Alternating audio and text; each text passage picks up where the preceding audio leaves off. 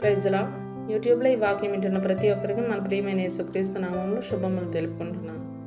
ఈరోజు మనం ధ్యానించబోయే అంశము కిన్నమైన ముఖము.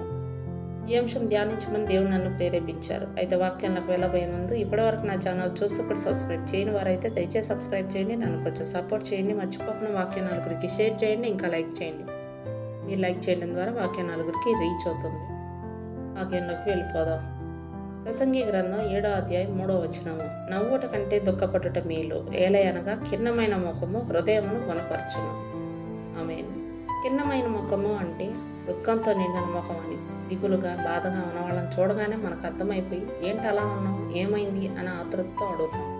బయట కనపడకుండా సంతోషాన్ని దాచుకోగలమేమో కానీ దుఃఖాన్ని మాత్రం దాచుకోలేదు. ఈ భూమి మీద పుట్టిన ప్రతి ఒక్కరు చచ్చే వరకు సంతోషంగానే ఉండాలని, సుఖపడాలని కోరుకుంటూ ఉంటారు. ఎప్పుడు ఏడుస్తూ ఉండాలని ఎవరైనా కోరుకుంటారా? మరి నవ్వుట కంటే దుఃఖపడుట ఎందుకు మేలవుతుంది? మనం సంతోషంగా ఉండాలని కోరుకునే దేవుడు దుఃఖపడు వారు ధన్యులని చెప్పడం ఏంటి? మనకు అనిపిస్తుంది కదా. పాపాలు చేసేవారు వారు సంతోషంగా సుఖంగా ఉన్నప్పుడే వారికి అలాంటి తలంపులు వస్తాయి తప్ప మనసులో దుఃఖం బాధ ఉన్నప్పుడు కాదు.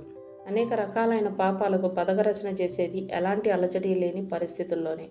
ఎలాంటి కష్టాలు బాధలు లేనప్పుడు మనుషులు ఎంజాయ్మెంట్ కోరుకుంటారు. ఎక్కడైనా పెళ్ళిళ్ళు ఫంక్షన్లు జరిగే చోట తినడం, తాగడం, డ్యాన్స్ చేయడం, తిట్టుకోవడం, కొట్టుకోవడం జరుగుతూ ఉంటుంది. అదే ఎవరైనా చనిపోయిన వారి ఇంటికి వెళ్తే అంతా నిశ్శబ్దంగా ఉంటుంది. అక్కడ ఏడ్చేవాళ్ళు కనపడతారే తప్ప డ్యాన్సులు వేసేవాళ్ళు కానీ, తిట్టుకునేవాళ్ళు, కొట్టుకునేవాళ్ళు కానీ మనకు కనపడరు. శవం చుట్టూ ఏడ్చేవారిని చూసినప్పుడు మనం కూడా చనిపోతాం అన్న భావన మనకు కలుగుతుంది. విందు జరుగుచున్న ఇంటికి పోవుట కంటే ప్రలాపించుచున్న వారి ఇంటికి పోవట మేలు, ఏలయనగా మరణం అందరికీ వచ్చును గనక బ్రతుకు వారు దానిని మనస్సున పెట్టుదురు అంటూ ప్రసంగి గ్రంథం 7వ అధ్యాయం 2వ వచనంలో మనకు కనిపిస్తుంది. టీవీలో కానీ, న్యూస్ పేపర్లో కానీ నిత్యం ఎన్నో చావు వార్తలు చూస్తూనే ఉంటాం. ఒక్కోసారి మనకు బాగా తెలిసిన వాళ్ళు కూడా చనిపోతుంటారు.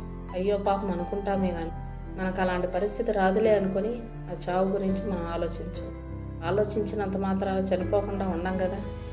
ఒకవేళ చావు గురించి ఆలోచిస్తే మన పాపాలు మనకు గుర్తొస్తాయి. అప్పుడు మన ఆత్మ పరలోకానికి వెళ్తుందా, నరకానికి వెళ్తుందా అన్న అనుమానం కలుగుతుంది. ఒకవేళ మనం చావు గురించి ఆలోచించకపోతే ఆత్మ గురించిన ఆలోచనే మనకు రాదు.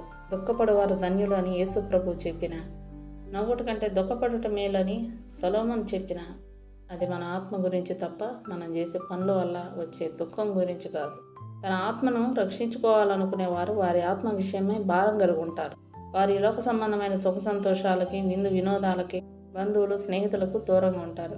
కాబట్టి మన హృదయం గుణపరచబడాలంటే ఆత్మ విషయమై దీనత్వం కలిగి ఉండాలి. మళ్ళీ నెక్స్ట్ వీడియోలో మనం కలుసుకుందాం. అప్పటి వరకు మన దేవుని ప్రేమయు రక్షకుడైన యేసు